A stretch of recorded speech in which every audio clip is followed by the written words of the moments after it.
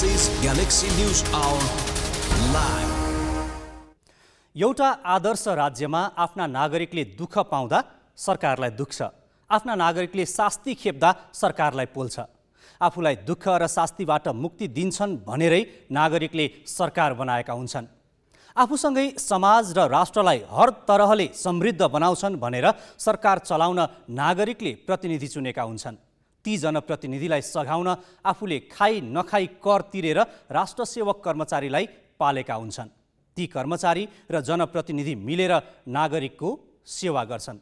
यो आदर्श मुलुकमा हुन्छ र नेपाल आदर्श मुलुक होइन।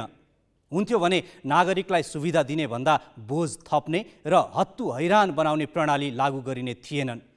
जस्तो कि अबदेखि बालबालिकालाई अभिभावक बाहेक अरूसँग आवत जावत गर्न स्थानीय तह र प्रशासनको अनुमति अनिवार्य बनाइएको छ।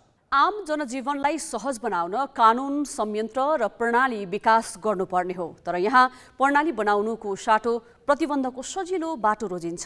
भिजिट भिजामा खाडी मुलुक जानेहरू उतै बस्न थालेपछि सरकारले यस्तो भिजामै प्रतिबन्ध लगायो। अर्को दिन सच्याउन त सच्यायो, तर पहिले नै ती मुलुक गइसकेका व्यक्तिका लागि मात्रै भिजिट भिजा खोलियो।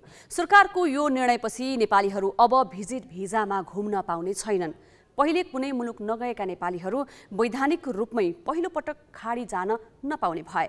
बालबालिका असुरक्षित भएपछि प्रशासनको अनुमति अनिवार्य गरियो। प्रणाली र संयन्त्र विकास गर्न नसक्ने अनि नागरिक अधिकार कुण्ठित गर्दै निषेध र प्रतिबन्ध लगाउने काम असक्षमहरूले मात्रै गर्छन्। नागरिकहरू सरकारी कार्यालयको झ्यालमा लाइन बसेको नदेख्दासम्म निन्द्रा नपर्ने सरकारी रवैया र पुरातन कार्यशैलीले यस्ता विलक्षण तरिकाहरू प्रस्फुटन हुन्छन्। हाँगामा समस्या देखियो भने रुख नै काट्ने यस्तै सोचमाथि आज ग्यालेक्सी न्युज आवरमा हामी प्रश्न गर्नेछौँ।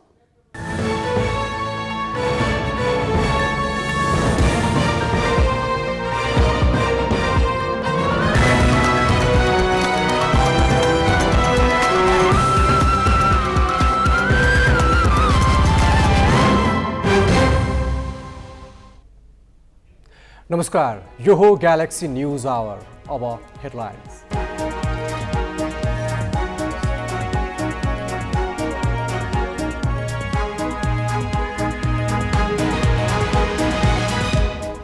जेठ 4 मा स्थानीय निर्वाचन गर्न सरकार र निर्वाचन आयोग तयार। मन्त्री परिषदको आउँदो बैठकबाट निर्णय हुने। चुनावी तयारीमा लाग्न प्रधानमन्त्री देउबाद्वारा पार्टी पङ्क्तिलाई निर्देशन। एमसीसी अनुमोदनका लागि प्रधानमन्त्री देउबा एमाले अध्यक्ष ओलीसँग निरन्तर सम्पर्कमा। चुनावको मिति तोके एमसीसी अनुमोदनमा बाधक नबन्ने ओलीको सन्देश। बोक्सीका नाममा सार्वजनिक रूपमै दुर्व्यवहार यातना दिने प्रवृत्ति रोकिएन। पीडकलाई 8 वर्षसम्म कैद सजायको व्यवस्था भए पनि मुद्दा अदालतसम्म पुग्नै कठिन। क्रिप्टो करेन्सीको आयमा 30% कर लिने गरी भारत सरकारले बजेट मार्फत दियो वैधता। विपन्नलाई व्यवस्था गरेको भन्दै विपक्षीद्वारा आलोचना। र मरिससमाथि नेपालको दोस्रो जित। 10औं मिनेटमा सुजल श्रेष्ठले गरेको गोल नै निर्णायक।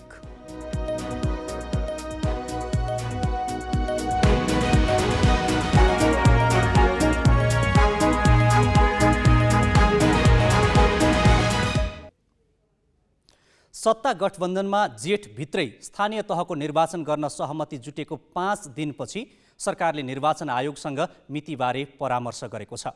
आयोगसँगको परामर्शपछि प्रधानमन्त्री शेरबहादुर देउवाले जेठ 4 गते एकै चरणमा स्थानीय निर्वाचनको मिति तय हुन सक्ने जनाउ दिएका छन्। कुनै अनपेक्षित घटनाक्रम विकसित नभएमा अब बस्ने मन्त्री परिषदको बैठकले चुनावको मिति घोषणा गर्नेछ। स्थानीय तहको चुनावबारे सरकारले सोमबार अपराह्न निर्वाचन आयोगका पदाधिकारीसँग परामर्श गरेको थियो। आयोगले जेठ 4 गते स्थानीय तहको चुनाव गर्न सरकार समक्ष प्रस्ताव गरेको थियो। पदाधिकारीसँगको छलफलपछि प्रधानमन्त्री देउवाले अब बस्ने मन्त्री परिषदबाट जेठ 4 गते एकै चरणमा चुनाव हुने गरी तिथिको निर्णय गर्ने जनाउ दिएका छन्। आयोगसँगको छलफलमा गृहमन्त्री बालकृष्ण खान, सञ्चार मन्त्री ज्ञानेन्द्र बहादुर कार्की, कानुन मन्त्री दिलेन्द्र बडु, महान्यायाधिवक्ता खम्बहादुर खाती, मुख्य सचिव शङ्करदास बैरागी लगायतका थिए। आयोगका तर्फबाट प्रमुख निर्वाचन आयुक्त दिनेश थपलिया सहित अन्य आयुक्त तथा सचिव थिए। जेठ 4 मा चुनाव गर्न तयार रहेको आयोगले जनाएको छ। ज्येष्ठ 4 गते निर्वाचन गर्न मिति प्रस्ताव गर्यो र त्यसको लागि आयोग पूर्ण रूपमा तयारी अवस्थामा रहेको कुरा पनि आयोगले बतायो र सो अवसरमा सामान्य प्रधानमन्त्रीज्यूबाट आवश्यक प्रक्रिया पूरा गरेर आयोगले तोकेको मितिमा निर्वाचन गराउने कुरा उहाँले जानकारी दिनुभयो।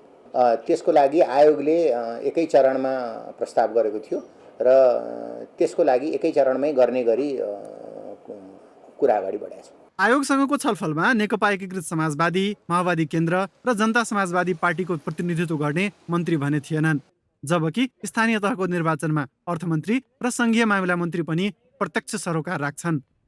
अर्थमन्त्री माओवादीका जनार्दन शर्मा र सङ्घीय मामिला मन्त्री जसपाका राजेन्द्र श्रेष्ठ छन्।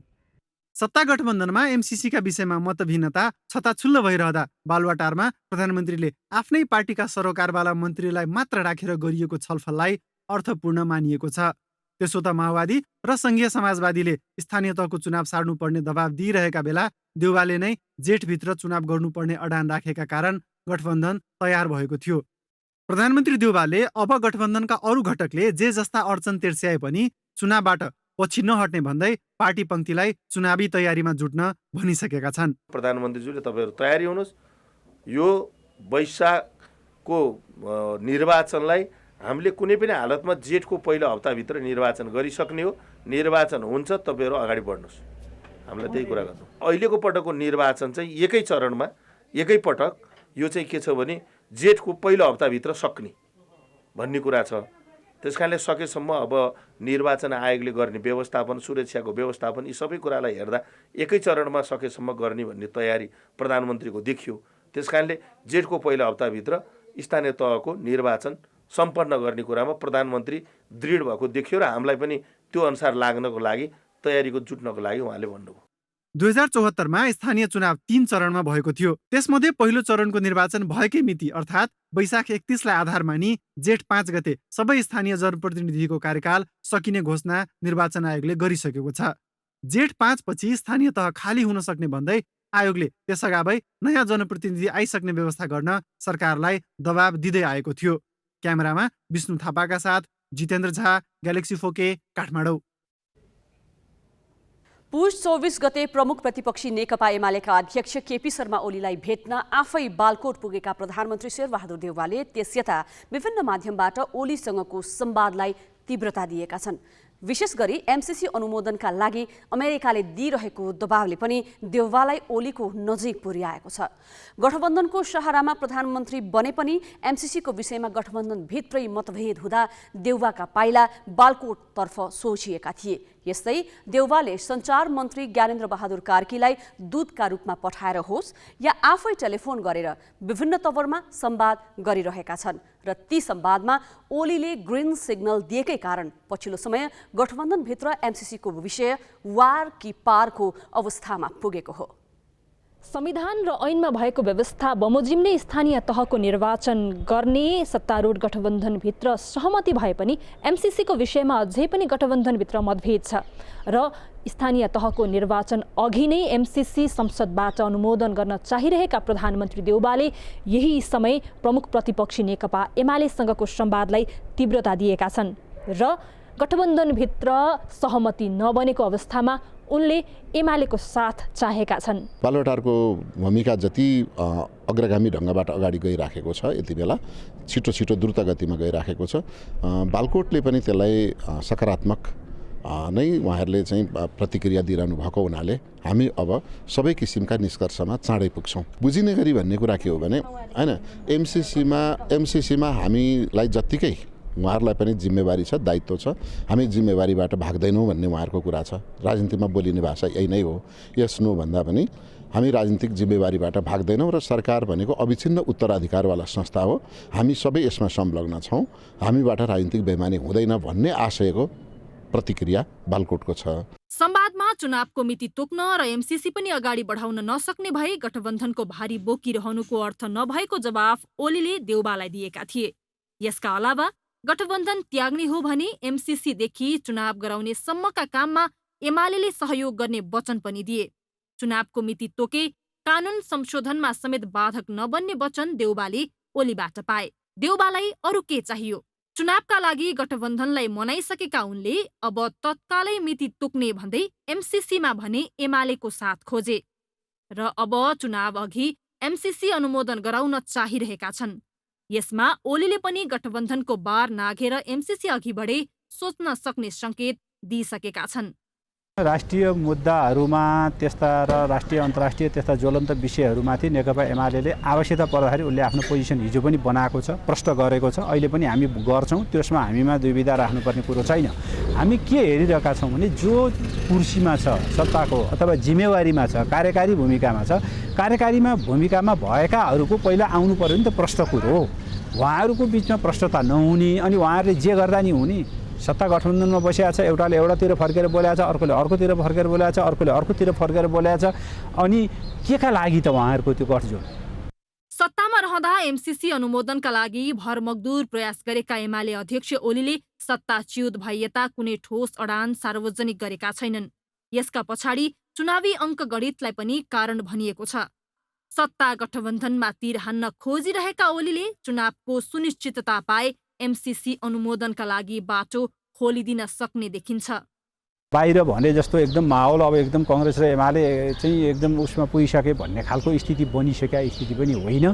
तर राष्ट्रिय मुद्दाहरूमा विपक्षीसित सहकार्य गरेर कतिपय सहमति बनाएर जानुपर्छ भन्ने सरकारको प्रधानमन्त्री नेतृत्व गरेको राजनीतिक दलको त्यो कुरा हो भने त्यसलाई हामीले सकारात्मक रूपमा लिन्छौँ। पछिल्लो समय गठबन्धनभित्र मतभेद चुलिँदै जाँदा जसरी कांग्रेस र एमाले नजिकिएका छन्, यसका पछाडि माओवादी र एकीकृत समाजवादीमाथि दबाव बढाउने देउबाको रणनीतिले पनि काम गरेको छ। तर एमसीसी अगाडि बढाउन गठबन्धन घटक वा सभामुखले नमाने प्रधानमन्त्री देउबाले विकल्प खोज्ने मुड बनाइसकेका छन्। गठबन्धनका लागि काम थाती राख्न सक्दैनौँ, तर काम सम्पन्न गर्नका लागि गठबन्धन सहमति गर्छ भन्ने हामीलाई विश्वास छ। सहमति हुन सकेन भने सहमतिको विकल्प खोज्छौँ। संसदीय व्यवस्थामा सत्ता पक्ष र प्रतिपक्ष बीच हुने संवादलाई सामान्य नै लिनुपर्छ। तर पछिल्लो समय एमसीसीको विषयलाई लिएर जसरी गठबन्धनभित्र विवाद चुलिदो छ, यसमा सत्तापक्ष विशेष गरी कांग्रेस र एमाले बीचको संवाद र साँठगाँठले भने आगामी राजनीतिक परिदृश्यलाई देखाउने एउटा बाटो बनाएको छ। क्यामेरामा जय तामाङका साथमा सृजना घिमिरे, ग्यालेक्सी 4K, काठमाडौँ। राजनीतिक तहमा भइरहेका छलफल र विकसित घटनाक्रम हेर्दा एमसीसी अगाडि बढ्ने सम्भावनाको निकट पुगेको देखिन्छ। कांग्रेस र एमाले यसमा सहमत हुँदा माओवादी र एकीकृत समाजवादीको विरोधले मात्र रोकिने सम्भावना न्यून छ। एमसीसी अगाडि बढ्ने नै भए असहमतहरूले साङ्केतिक रूपमा मात्र विरोध गर्न सक्नेछन्। नियमावली अनुसार ठूलो संख्याका सांसद अनुपस्थित भए पनि एमसीसी रोकिँदैन। प्रतिनिधि सभाले सामान्य बहुमतबाट एमसीसी अनुमोदनको निर्णय लिन सक्छ। प्रतिनिधि सभा नियमावली अनुसार तत्काल कायम रहेका सदस्य संख्याको 1/4 उपस्थित भई बैठक बस्न सक्छ। अहिले 271 जना सांसद बहाल छन्। यसको 1/4 भनेको 68 हुन्छ। सभामुख सहित 68 जना उपस्थित भएमा 35 जनाले समर्थन गरे पनि एमसीसी अनुमोदन हुन्छ। त्यसो त सरकारले एमसीसी अनुमोदनको प्रस्ताव सदनमा टेबल गर्न पाउने कि नपाउने भन्ने सभामुख अग्नि सापकोटाको भूमिकामा पनि निर्भर गर्नेछ। तर राजनीतिले निकासको बाटो लिँदा सभामुख एक्लैले रोक्न पनि मुस्किल छ। अब केही न्युज संक्षेपमा। कोभिडका कारण आज 9 जनाको मृत्यु भएको छ। स्वास्थ्य मन्त्रालयका अनुसार पछिल्लो 24 घण्टामा कोभिडका 9 बिरामीले ज्यान गुमाएका हुन्। यस्तै आज 3657 जनामा कोभिड देखिएको छ। 10,776 जनाको पीसीआर परीक्षण गर्दा 34% संक्रमण देखिएको हो। आज काठमाडौँ उपत्यकामा 1907 संक्रमित थपिएका छन्। यस्तै कास्कीमा 349, झापामा 141 र मोरङमा 121 संक्रमित थपिएका छन्। अरू जिल्लामा दैनिक संक्रमितको संख्या 100बाट तल झरेको छ।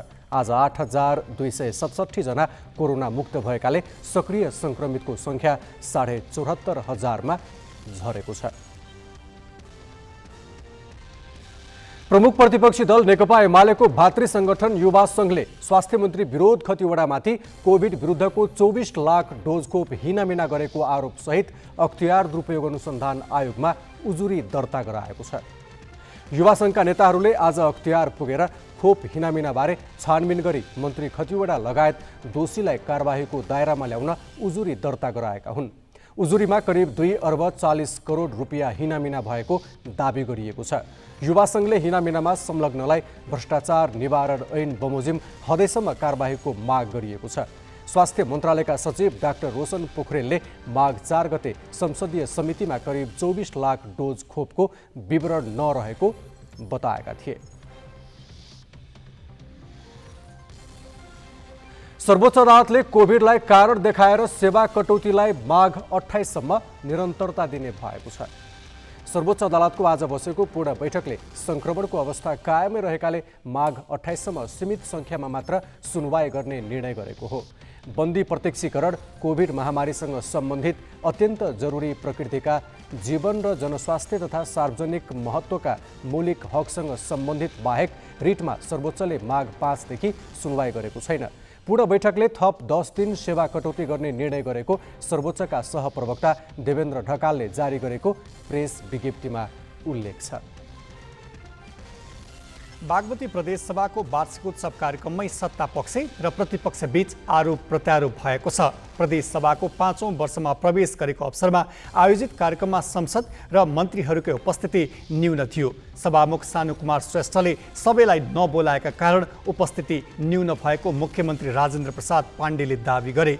मुख्यमन्त्री पाण्डे सहभागी कार्यक्रममा प्रतिपक्षी दलकी नेत्री अष्टलक्ष्मी साक्यले सरकारको जनभावना अनुसार काम गर्न नसकेको र राजनीतिक संस्कार बिर्सेको आरोप लगाइन्। मुख्यमन्त्री पाण्डेले राजनीतिक संस्कार नसिकाउन साक्यलाई चेतावनी दिए।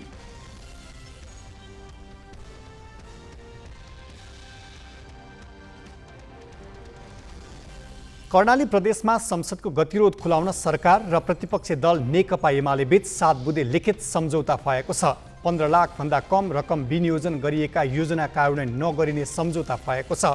यस्तै मुख्यमन्त्री रोजगार कार्यक्रम सञ्चालन सम्बन्धी कार्यविधि सुधार गर्ने, पूर्वाधार विकास कार्यक्रम कार्यान्वयन गर्दा गत वर्ष नै दायित्व सृजना भइसकेको योजना अलग्गै बजेट व्यवस्था गर्ने लगायतका छन्। यसअघि नेकपा एमाले आफ्ना माग सम्बोधन नगरेको कारण देखाएर प्रदेश सभा बैठक अवरोध गर्दै आएको थियो।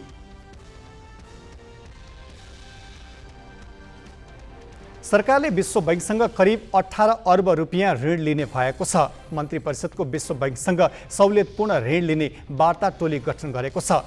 मन्त्री परिषदको सोमबार बसेको बैठकले गरेको निर्णय सरकारका प्रवक्ता ज्ञानेन्द्र बहादुर कार्कीले आज सार्वजनिक गरेका छन्। उनका अनुसार मन्त्री परिषदले शिक्षक अस्पताल निर्माणको प्रक्रिया अगाडि बढाउन शिक्षा मन्त्रालयलाई स्वीकृति दिएको छ भने खुल्ला विश्वविद्यालयको उपकुलपतिमा प्राध्यापक सिलु मानन्दरलाई नियुक्त गरेको छ। यस्तै दार्चुलामा तुषारोपणदेखि कोठीघाटसम्म 4 किलोमिटर सडकको ट्र्याक खोल्ने जिम्मा नेपाली सेनालाई दिने निर्णय गरेको मन्त्री परिषदले सफा हिमाल अभियानमा खटिने नेपाली सेनाका सदस्य हिमाल आरोहण गर्दा लाग्ने सलामी दस्तुर छुट गरेको छ। नेपाली काङ्ग्रेसका महामन्त्री गगन कुमार थापाले भातृ संस्थाबारे पार्टीले केन्द्रीय कार्य सम्पादन समितिबाट आवश्यक निर्णय लिने बताएका छन्।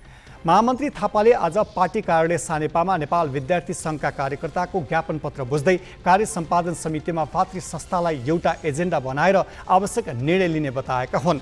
उनले कार्य सम्पादन समितिको बैठक शुक्रबारसम्म बस्ने तयारी रहेको समेत जानकारी दिए। उनले त्यो बैठकले भातृ र शुभेच्छुक संस्थालाई महाधिवेशन गर्न निर्देशन दिन सक्ने बताए।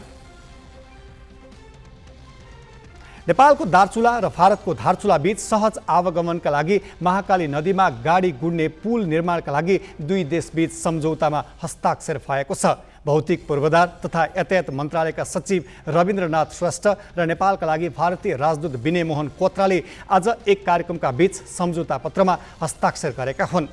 भारत सरकारको अनुदानमा बन्ने भनिए पनि यस पुलको लागत र डिजाइन सार्वजनिक गरिएको छैन। पुलले नेपालको सुदूरपश्चिम प्रदेश र भारतको उत्तराखण्ड राज्यबीचको सीमापार सम्पर्कलाई सुदृढ बनाउने अपेक्षा गरिएको छ।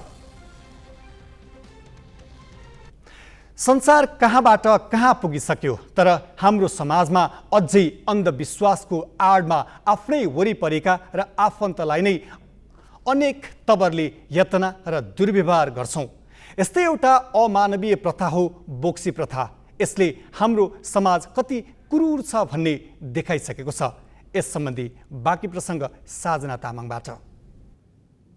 नेपाली समाजमा अहिले पनि बोक्सीको काल्पनिक आरोप लगाई सार्वजनिक रूपमै धेरैजना मिलेर अमानवीय तवरले यातना दिने र दुर्व्यवहार गर्ने क्रम रोकिएको छैन। दलित, विपन्न र अरू कारणले पनि अपहेलित महिलालाई बढी जसो यस्ता लालसना लगाएर शारीरिक र मानसिक यातना दिने गरिएको छ। अन्धविश्वासका आधारमा गरिने यस्ता व्यवहारलाई अपराध करार गर्दै राज्यले कानुन नै बनाउँदा पनि पीडकमाथि सजाय गरिएका घटना निकै कम छन्।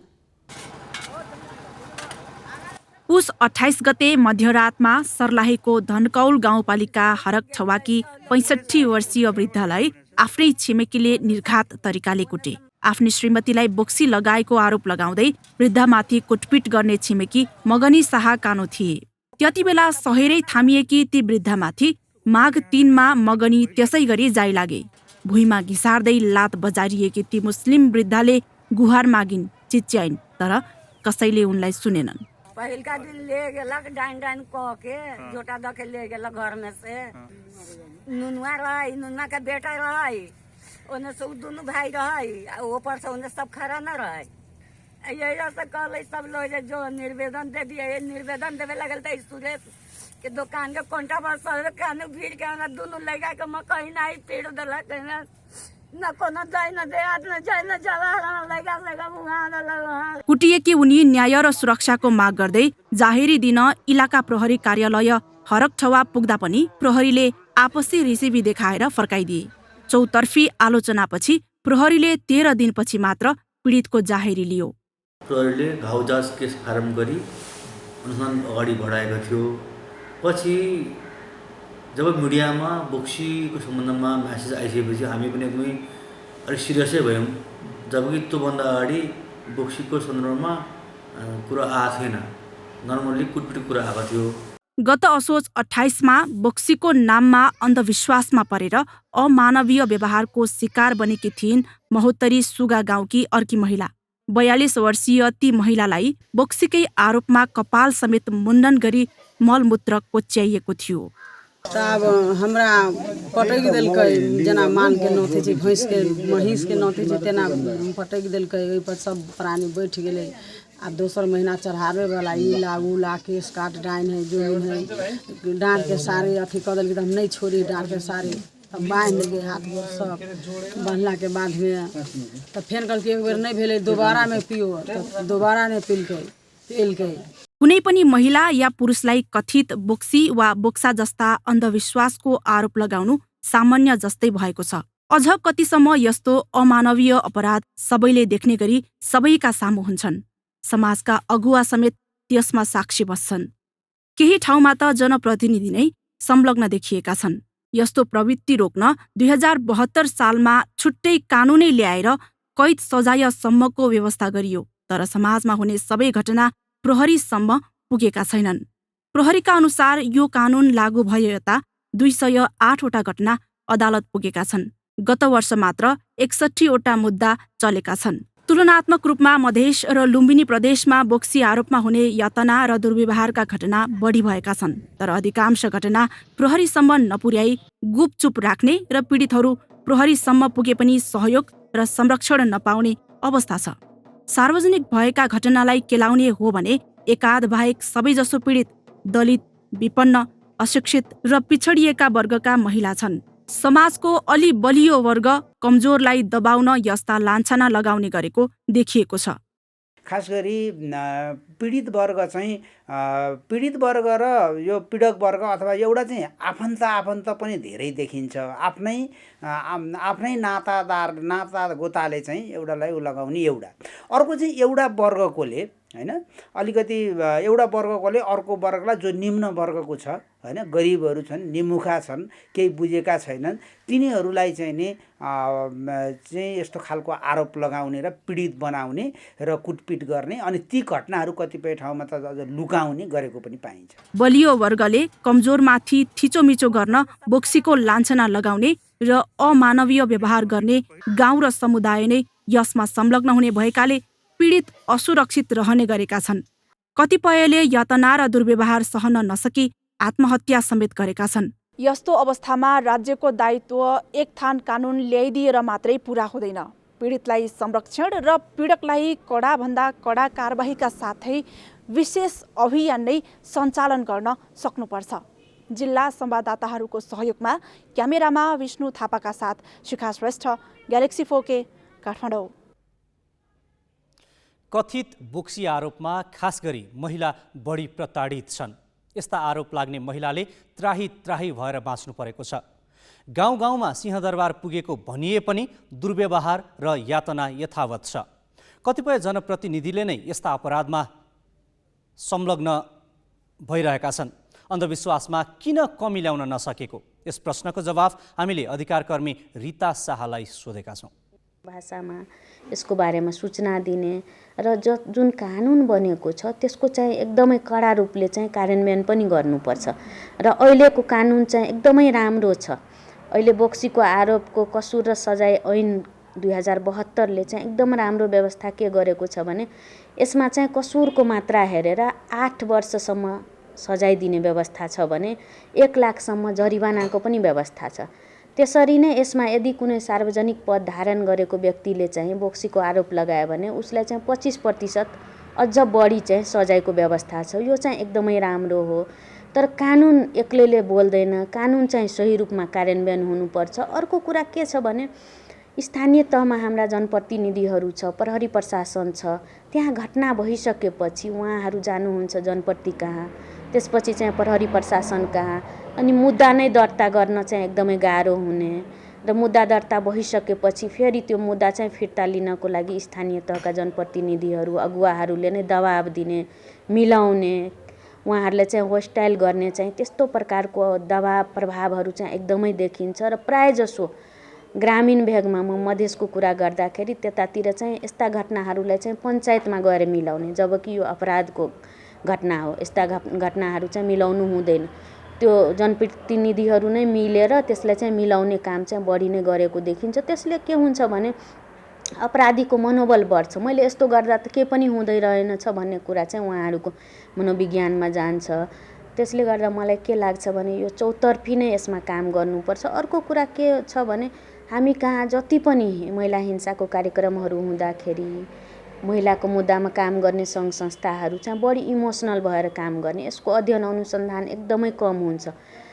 र यो अध्ययन गर्दाखेरि यो कहाँनिर हुन्छ, यसको रुट कज के हो, यो कुन क्षेत्रमा, कुन वर्गमा, कुन जातमा हुन्छ, यदि अध्ययन अनुसन्धान भयो भने प्रोपर त्यही ठाउँमा गएर कार्यक्रमहरू सञ्चालन गर्यो भने यो अझ बढी प्रभावकारी हुन्छ। त्यसले गर्दा चाहिँ यसमा एउटा कानुनी कार्यान्वयनको कुरा भयो, अर्को सूचनाको कुरा भयो, तेस्रो चाहिँ यसको कार्यान्वयनको पक्षको कुरा भयो, चौथो चाहिँ यो सचेतनाको कुरा हो र शिक्षाको कुरा हो। समग्र रूपमा चाहिँ एकदमै काम गर्नुपर्ने जरुरी छ। र यसको जिम्मेवार निकाय भनेको सबभन्दा पहिलो राज्य हो र राज्यको अहिले जनप्रतिनिधि भनेको स्थानीय तह हो। त्यसपछि चाहिँ प्रहरी प्रशासन छ, हामी कहाँ अदालत छ, महिला आयोग छ, महिला मन्त्रालय छ, महिलाको नाममा खुलेको असङ्ख्य सङ्घ संस्थाहरू छ र त्यो संस्थाहरू काठमाडौँदेखि लिएर स्थानीय तहसम्म छ। त्यसले गर्दा समग्र रूपमा सबै जिम्मेवार भएर चाहिँ यसमा काम गर्यो भने पक्कै पनि यसमा चाहिँ कमी आउँछ जस्तो मलाई लाग्छ। बोक्सा वा बोक्सीको आरोप लगाएर अमानवीय व्यवहार गर्ने प्रवृत्तिलाई रोक्न 2072 सालमै बोक्सीको आरोप कसुर र सजाय ऐन जारी भएको थियो। कानुनमा बोक्सी आरोप लगाउने र त्यसैका आधारमा दुर्व्यवहार गर्नेलाई 6 देखि 8 वर्षसम्म कैद हुने व्यवस्था गरिएको छ। त्यस्तो व्यक्ति सार्वजनिक पदमा भए 25% बढी सजाय पाउँछ। यस्तै पटक पटक यस्तै अपराध गरिरहे सजाय दोब्बर हुँदै जाने व्यवस्था छ। हेरौँ बोक्सी आरोप लगाउँदा हुने सजाय सम्बन्धी कानुनका व्यवस्था अरू के कस्ता छन् त। बोक्सीको आरोप कसुर र सजाय ऐन 2072। बोक्सीको आरोप लगाउने, गाली बेइज्जती गर्ने, बोक्सीको आरोप लगाएर परिवारका सदस्यको अपमान गर्ने, सामाजिक बहिष्कार गर्ने, बसोबास गरेको ठाउँबाट निकाला गर्ने, अङ्गभङ्ग गर्ने, कुटपिट गरी खोप्ने, डाम्ने, पोल्ने, रासायनिक विषालु वा जैविक पदार्थ प्रयोग गरी वा अन्य कुनै किसिमले यातना दिने, अभक्ष्य कोचाउने, चारपाटा मोड्ने, नग्न पारी वा नपारी कुनै ठाउँमा घुमाउने, क्रूर, अमानवीय वा अपमानजनक व्यवहार गर्ने। के हुन्छ कारबाही? कसुरको मात्रा अनुसार 6 देखि 8 वर्षसम्म कैद, रु 5,000 देखि 1 लाखसम्म जरिवाना। पहिला सजाय पाइसकेर फेरि अपराध गरे पटक्कै पिच्छे दोब्बर सजाय। सार्वजनिक पदमा बसेको व्यक्तिलाई 25% थप सजाय, क्षतिपूर्ति, उपचार खर्च र उपचारको क्रममा हुने कुरुवाको समेत खर्च।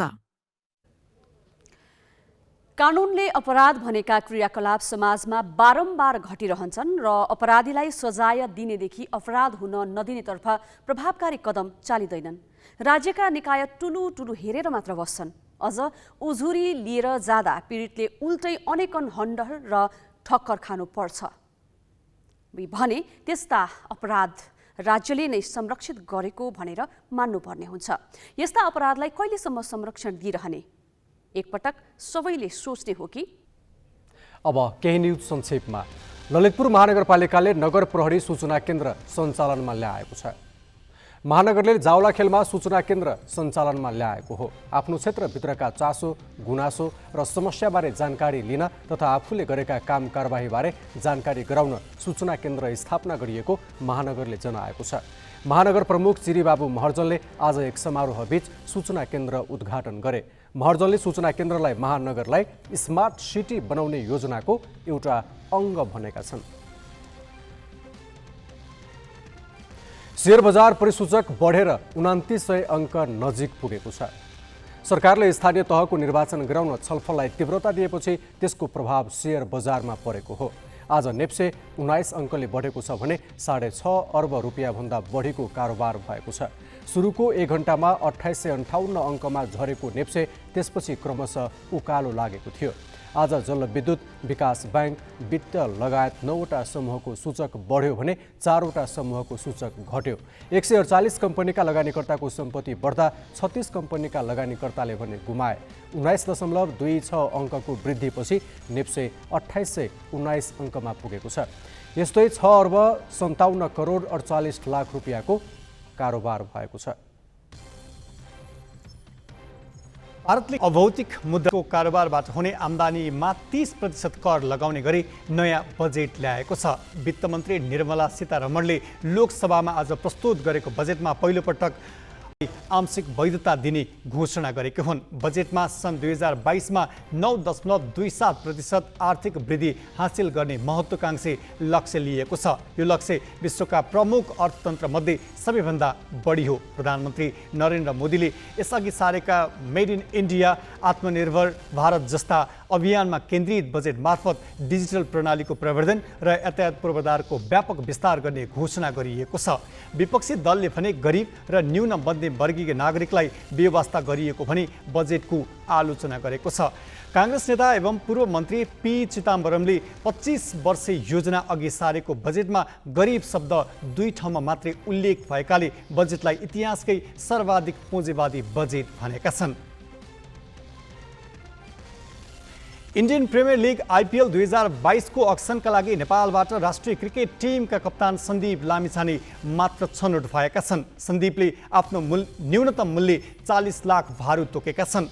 उनले 2021 को अक्सनमा पनि आफ्नो मूल्य 40 लाख भारु नै राखेका थिए, तर त्यो वर्ष उनलाई कुनै पनि टिमले अनुबन्धन गरेन। नेपालबाट सन्दीपका साथै सोमपाल कामी, असिफ सेफ, पवन सराफ, सुसन भारी, असिफ शेख, अविनाश बोहरा, विनोद भण्डारी, सन्दीप जोरा, कुशल फुर्तेल, रोहित कुमार पौडेल, शरद भेसवाकर, कुशल मल्ल, दिपेन्द्र सिंह ऐरी र करण केसी गरी 15 खेलाडीले नाम दर्ता गराएका थिए। सरकारी निकायहरू जब आफूले प्रभावकारी काम गर्न सक्दैनन् अनि अक्षमता लुकाउन आम नागरिकमाथि निषेधका निर्णय लाद्न पुग्छन्। गृह मन्त्रालयले अहिले एकपछि अर्को त्यस्तै निर्णय गरिरहेको छ। यो प्रसङ्ग गौतम रेग्मीबाट। गृह मन्त्रालय पछिल्लो समय एकपछि अर्को गरी विवादित बनिरहेको छ। विवादमा पर्नुको कारण उसले गरेका निर्णय हुन्। बालबालिकालाई एक स्थानबाट अर्को स्थानमा अभिभावक बाहेक अरूले ओहर दोहर गराउन परे जिल्ला प्रशासन कार्यालयको स्वीकृति चाहिनेदेखि मलेसिया र खाडी मुलुकमा भिजिट भिजामा जान शर्त तोकिएपछि नागरिकलाई थप शास्ति दिने खालको हचुवाको निर्णय गरेको भनेर मन्त्रालय आलोचित बनेको हो। गृह मन्त्रालयले माघ 13मा बालबालिकालाई अभिभावक बाहेक अरूले एक स्थानबाट अर्को स्थानमा लानु परे जिल्ला प्रशासन कार्यालयको स्वीकृति लिनुपर्ने निर्णय गर्यो। त्यति मात्र होइन, स्वीकृतिका लागि स्थानीय तहको सिफारिस अनिवार्य गर्यो। उसले बालबालिकालाई अध्ययन र पालन पोषणको प्रलोभनमा सामाजिक, धार्मिक र अन्य संस्थाले विदेश पठाउने, घरेलु कामदारको रूपमा प्रयोगका साथै यौन शोषण गर्ने गरेको लगायत उजुरी बढेको कारण देखाएको छ। तर उसले यो निर्णय कुनै पनि मानेमा व्यावहारिक हुँदैन भन्नेतिर सोच्दै सोचेन। कामकाजी अभिभावकलाई विद्यालयदेखि अन्यत्र छोराछोरीको ओहोर दोहोरका लागि अरूको सहयोग नलिई धरै हुँदैन। कतिपय अभिभावकले आफूसँग सवारी साधन नभएको अवस्थामा अरूको सहयोग लिन्छन्। अब अभिभावकले काम छोडेर सहयोगीको सिफारिसका लागि स्थानीय तह र स्वीकृतिका लागि जिल्ला प्रशासन कार्यालयमा दौडिनु पर्ने भएको छ। यसलाई जानकारहरूले अव्यावहारिक मात्र होइन, नियमनको जिम्मेवारी वहनमा चुकेर लादिएको निर्णय भनेका छन्। ती बालबालिका पनि नेपाली नागरिक हुन्। नेपालभित्र पनि घुम्न जानलाई, हिँडडुल गर्नलाई प्रतिबन्ध लाग्यो त गृह मन्त्रालयले। यो नहुनुपर्ने हो होला। एक दुईजनाले बदमासी गर्यो होला, चोर हिँड्छ भन्ने बाटै बन्द गर्ने त। अब यो चाहिँ त्यति सहज होइन। नागरिकलाई सुविधा दिन खोजे होइन, नागरिकलाई झन् अप्ठ्यारो पार्न खोजेको जस्तो मलाई चाहिँ प्रतीत भइराखेको छ। त्यति मात्र होइन, संविधान प्रदत्त अधिकारमाथि अंकुश लगाइएको छ। आफूसँग भएको रकम खर्चिएर घुमघाम गर्ने अधिकार जो कोहीलाई भए पनि मन्त्रालयले माघ 7मा मलेसिया र खाडी मुलुकमा भिजिट भिसामा जान रोक लगायो। भिजिट भिसामा जानेहरू अलपत्र परेको कारण देखाएर उसले जानै रोक लगाउने निर्णय गरेको हो। तर विरोध भएपछि 2 दिनमै निर्णय संशोधन गरियो। संशोधनका बावजुद जो कोहीले मलेसिया र खाडी मुलुक घुम्न जान पाउँदैन। मन्त्रालयले पर्यटकका रूपमा कम्तीमा 2वटा देश भ्रमण गरिसकेको हुनुपर्ने लगायत 8वटा शर्त तेर्स्याएको छ। यसलाई पनि नियमन गर्न नसकेपछिको अक्षमता लुकाउन चालिएको कदमका रूपमा लिएको छ। हाम्रो चाहिँ यो प्रजातान्त्रिक संविधानले दिएको चाहिँ भनौँ गाइडलाइन्स अन्तर्गत कहीँ पनि यो वञ्चितीकरणको लागि कानुनलाई अप्सन दिइएको छैन। वञ्चितीकरण कुनै पनि कानुनमा गर्न सकिँदैन। त्यसको उचित अनुगमन हुनुपर्छ, प्रयोजन फिक्स हुनुपर्छ, कानुनमा निर्दिष्ट हुनुपर्छ र यदि कुनै गलत प्रयोजनको लागि प्रयोग गरेको छ भने त्यसलाई कारबाही गर्ने संयन्त्र, अनुसन्धान गर्ने संयन्त्रको विकास गरिनुपर्छ। तर वञ्चितीकरण गरेर कुनै पनि एउटाको चाहिँ इच्छामा चाहिँ भनौँ अवरोध पुर्याउनलाई, सकारात्मक एउटा कुनै उद्देश्यमा, लक्ष्यमा बाधा पुर्याउनलाई त्यो वञ्चितीकरण को के अरे अवधारणाबाट कानुनलाई चाहिँ भनौँ प्रतिबन्ध लगाउन मिल्दैन। प्रलोभन देखाएर बालबालिकामाथि कुनै किसिमको अपराध भएको छ भने अपराधीलाई कारबाहीको दायरामा ल्याउनका लागि कानुन छ, संयन्त्र छन्।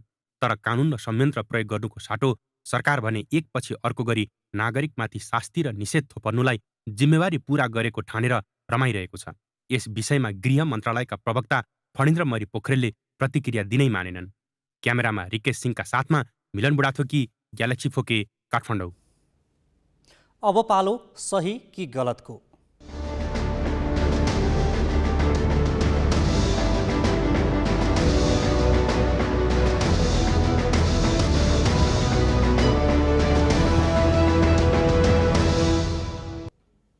सही कि गलतमा हिजो हामीले सोधेको प्रश्न थियो, सत्ता गठबन्धन स्थानीय तह निर्वाचनभन्दा बढी एमसीसी मुद्दामा केन्द्रित हुनुलाई सही भन्नुहुन्छ कि गलत? ग्यालेक्सी एपमा सहीको पक्षमा 9% र गलतको पक्षमा 91% मत प्राप्त भएको छ।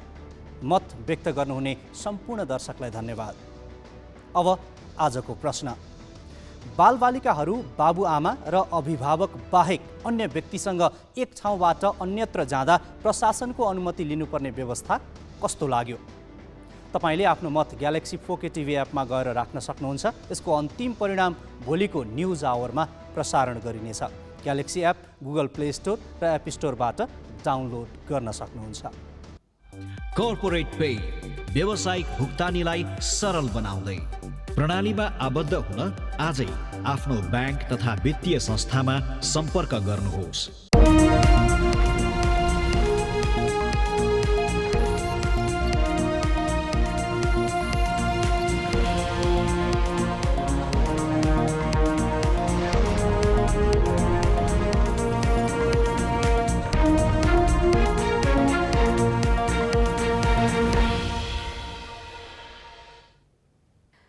विदेशी मुद्रा अपचलन गरेको आरोपमा पक्राउ परेका कैलालीका दिनेश खड्का आइतबार अदालतबाट 25 लाख धरौटीमा रिहा भए।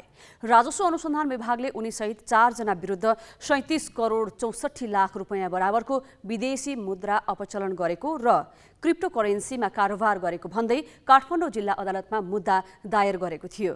खड्का कसरी विभागको अनुसन्धानमा पुगे? के उद्देश्यले छोटो समयमा उनले यति धेरै विदेशी मुद्राको कारोबार गरे? करिब 6 महिनाको बीचमा दिनेश खड्काको नाममा 9 करोड 79 लाख रुपैयाँको कारोबार भएपछि ग्लोबल आइएमई बैंकका कर्मचारी चकित परे। स्रोतको खोजी गर्दा खड्काको कुनै व्यवसाय वा आयमूलक पेशा देखिएन। यति ठूलो कारोबार कसरी भयो त? बैंकले जानकारी नेपाल राष्ट्र बैंकलाई दियो। राष्ट्र बैंकले राजस्व अनुसन्धान विभागलाई पठाइदियो। त्यसपछि विभागले नियन्त्रणमा लिएर अनुसन्धान गर्दा क्रिप्टोकरेन्सी खरिद बिक्रीका लागि अमेरिकी डलर व्यवस्थापन गर्न कारोबार भएको खुल्यो।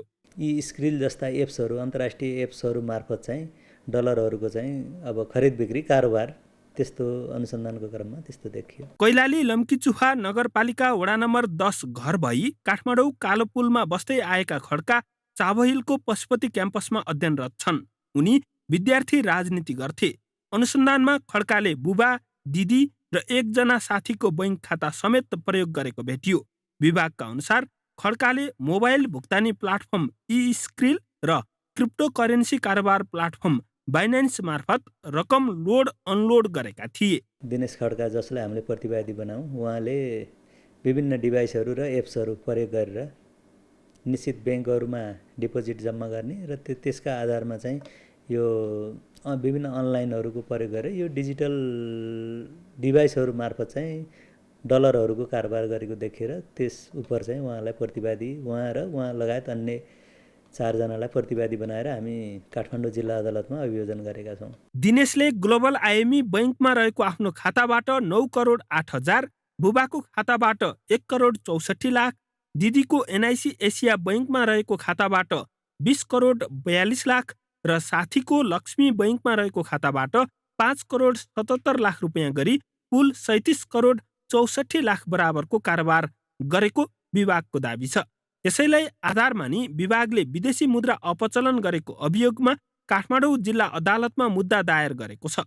दिनेशका बुबा नरबहादुर खड्काले भने वर्षाले धानमा क्षति पुर्याएपछि नगरपालिकाले दिएको क्षतिपूर्तिलाई समेत अवैध मानेको र रकम ठूलो देखाउन उही रकम जम्मा गरेको र झिकेकोलाई समेत जोडेको आरोप लगाए। मेरो अस्ति मात्रै त्यो के अरे नगरपालिकाले धानको क्षतिपूर्ति दिएको जो क्षतिपूर्ति बाबत मेरो खातामा जम्मा गरेको त्यो पनि अवैध धन भनेर हाल्यो। अब त्यो रुपियाँ अवैध धन छ भने 38 करोड रुपियाँको ट्रान्जेक्सन भएको के भनेर उसले जो रुपियाँ छ भन्यो नि, त्यो रुपियाँ छ भने सरकारले लिँदा भइगयो नि त। कहाँ छ? कि निकालेको प्रमाण हुनु पर्यो कि राखेको प्रमाण हुनु पर्यो। त्यो आक्षेप लगायो, ट्रान्जेक्सन भयो, त्यो पैसा साइक्लिङ भएर बढी ट्रान्जेक्सन दिएको। जस्तो मैले 1 लाख रुपियाँ हालेँ, 1 लाख रुपियाँ निकालेँ भने त्यसले 2 लाख रुपियाँ देखायो। त्यहाँ करिब 250 जनाको सञ्जाल बनाएर दिनेशले विदेशबाट रकम ल्याउने र पठाउने गरेको विभागको भनाइ छ। विभागले उनी क्रिप्टोकरेन्सी कारोबार, विद्युतीय सट्टेबाजी प्लाटफर्म 1xbet समेत संलग्न रहेको दावी गरेको छ। बिजनेस ब्युरो, ग्यालेक्सी फोके, काठमाडौँ। गत साता केन्द्रीय तथ्याङ्क विभागले जनगणनाको प्रारम्भिक नतिजा सार्वजनिक गर्यो। मुलुकको जनसङ्ख्यालाई आधार मानेर विकासको खाका तथा राज्यको नीति तय हुने भएकाले जनगणना निकै महत्त्वपूर्ण छ। तर संसदको अर्थ समितिमा केही सांसदले जनगणनाको विधि र विश्वसनीयतामाथि प्रश्न गरेका छन्। केहीले त गणनाका क्रममा आफूलाई नसोधेको भनेर समेत गुनासो गरे। मंगलबार संसदको अर्थ समितिका सांसदहरूले केन्द्रीय तथ्याङ्क विभागका महानिर्देशक तथा अन्य अधिकारीलाई बोलाएरै जनगणनाको प्रारम्भिक नतिजाबारे छलफल गरे। त्यस क्रममा केही सांसदले आफ्नो निर्वाचन क्षेत्रका मतदाता भन्दा कुल जनसङ्ख्या बढी देखाएपछि सांसदहरूले सन्देह प्रकट गरे। बिना नागरिकको व्यक्तिको जनगणना गरेका छैन। जनगणना गर्ने बेलामा नागरिकता लिएर मात्रै जनगणना गरेका छ। मेरो जिल्लाको म बाराको यो कलैयाको कुरा गर्दैछु। सांसद रामबाबु कुमार यादवले त नागरिकता हुनेको मात्रै गणना गरिएको आरोप समेत लगाए। सांसदहरूले सम्बन्धित गणकहरू जनगणना स्थलमा पुगे कि पुगेनन् भनेर समेत आशंका व्यक्त गरे। केहीले त आफूलाई कुनै गणकले नसोधेको भनेर समेत गुनासो गरे। सम्बन्धित व्यक्ति सम्बन्धित ठाउँमा पुग्यो वा पुगेन भन्ने कुराको त्यसको चाहिँ अब नियमन गर्ने वा त्यसलाई कुन कसीमा कसरी राखेर हेर्ने यो चाहिँ बडा गम्भीर प्रश्न हो भन्ने म ठान्छु। मैले भन्नै पर्छ आज हाम्रो जनसङ्ख्या कति अब 2,91,92,480 प्रारम्भिक तपाईँको नतिजा यति आएको छ। मेरो नाम पनि यहाँ समावेश भइदिएको भए मलाई पनि गनेको भए 81 चाहिँ हुन्थ्यो। म छुट्या छु। पूर्व अर्थमन्त्री सुरेन्द्र पाण्डेले जनगणनाको अवधारणामै त्रुटि औँल्याए। विभागले सङ्कलन गरेको तथ्याङ्कले अर्थतन्त्रलाई नै गलत दिशातर्फ डोर्याएको उनको भनाइ छ। उनले प्रश्नको गुणस्तरमा समेत समस्या देखाए। 20वटा कुखुरा पालेर कसैको गुजारा हुन्छ कि हुँदैन? तपाईहरुको त्यो कन्सेप्ट नै के छ भने गलत छ भन्नेमा छु।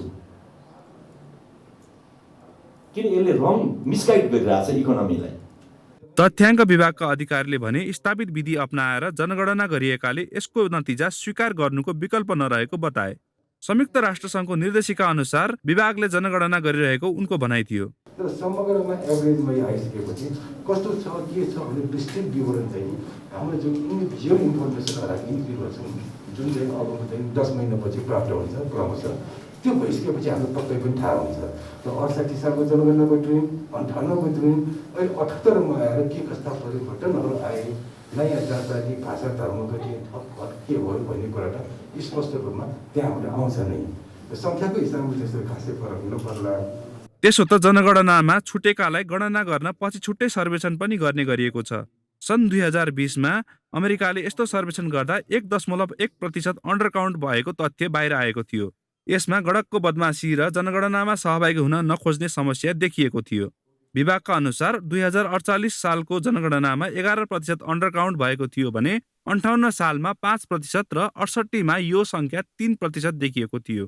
अहिले यस्तो आँकडा कति फरक देखिन्छ त्यसले पनि सांसदले उठाएका प्रश्न र तथ्याङ्क अधिकारीको जवाफ मध्ये कुन सही भन्ने प्रश्नाउनेछ।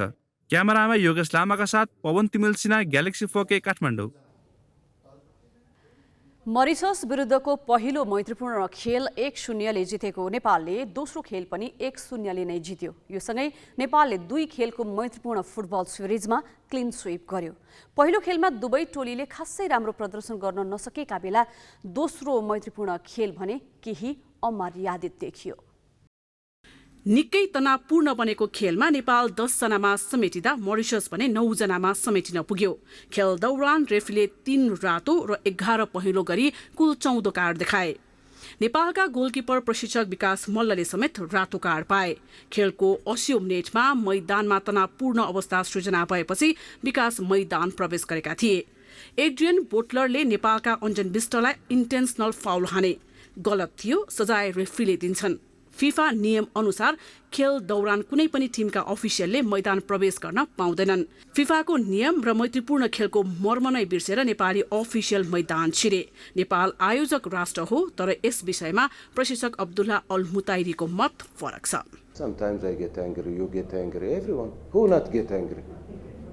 Everyone, it's normal. But what I don't like, I think the red card for Bikash Malla, it's too much. It must be yellow card only. My officials is good. Everything is good. The life is good.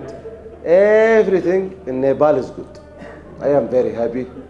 I hope you are happy. Football हो, aggression पक्कै हुन्छ, तर संयमित हुने र गराउने काम अफिसियलको हो।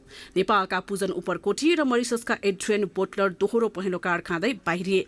यसको 9 मिनेटपछि मरिसस 9 खेलाडीमा समेटियो। दोस्रो हाफमा मैदान प्रवेश गरेका इमानुएल फुलचल दोहोरो पहेँलो कार्ड खाँदै मैदान बाहिरिए। खराब फ्लड लाइट्सका कारण करिब 10 मिनेट खेल पनि रोकियो। यसअघि खेलको 10औं मिनेटमा डेब्यू खेलाडी नवीन गुरुङको कर्नरमा मरिससका जोनाथन स्पेभिल्लेले हेडर मार्फत क्लियर गरेको बललाई आशिष लामाको लेफ्ट फुटेड शटमा पूजन उपरकोटीको ब्याकहिल पासमा सुजल श्रेष्ठको फाइन टच गोलमा परिणत भयो। यो उनको तेस्रो अन्तर्राष्ट्रिय गोल हो। 12औं मिनेटमा मोरिससका लिन्सेस ब्रासको प्रहार पोलमा लागि फर्कियो। रिबाउन्डका लागि पुगेका एन्डी सफेलाई 6 यार्ड बक्स नजिकै दिनेश राजवंशीले लडाए र मोरिससले पेनाल्टीको अवसर पायो, तर एन्डीको प्रहारलाई किरण चेम्जोङले बचाए। पहिलो हाफ नेपालको पक्षमा 1-0 को नतिजामा सकियो, त्यसपछि कुनै गोल भएन। खेलको नतिजा नेपालको पक्षमा आयो। 2 खेलको सिरिज नै क्लिन स्वीप गरेको नेपालका लागि दोस्रो खेलको अन्तिम 20 मिनेटमा मैदानमा देखिएको तनावले भने राम्रो सन्देश दिन सकेन। हामी ग्यालेक्सी न्यूज आवरको अन्त्यमा छौँ। जाँदा जाँदै हेडलाइन्स।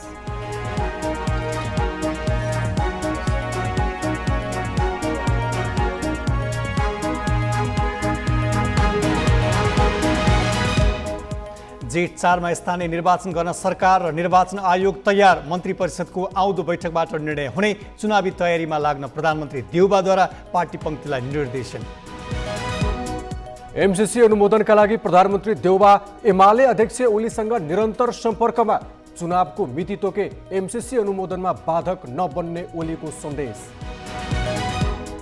बोक्सीका नाममा सार्वजनिक रूपमै दुर्व्यवहार यातना दिने प्रवृत्ति रोकिएन। पीडकलाई 8 वर्षसम्म कैद सजायको व्यवस्था भए पनि मुद्दा अदालतसम्म पुग्नै कठिन। क्रिप्टो करेन्सीको आयमा 30% कर लिने गरी भारत सरकारले बजेट मार्फत दियो वैधता। विपन्नलाई व्यवस्था गरेको भन्दै विपक्षीद्वारा आलोचना। र मरिससमाथि नेपालको दोस्रो जित। 10औं मिनेटमा सुजल श्रेष्ठले गरेको गोल नै निर्णायक।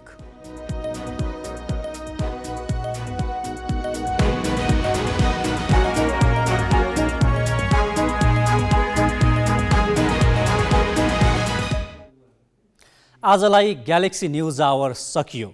नमस्ते।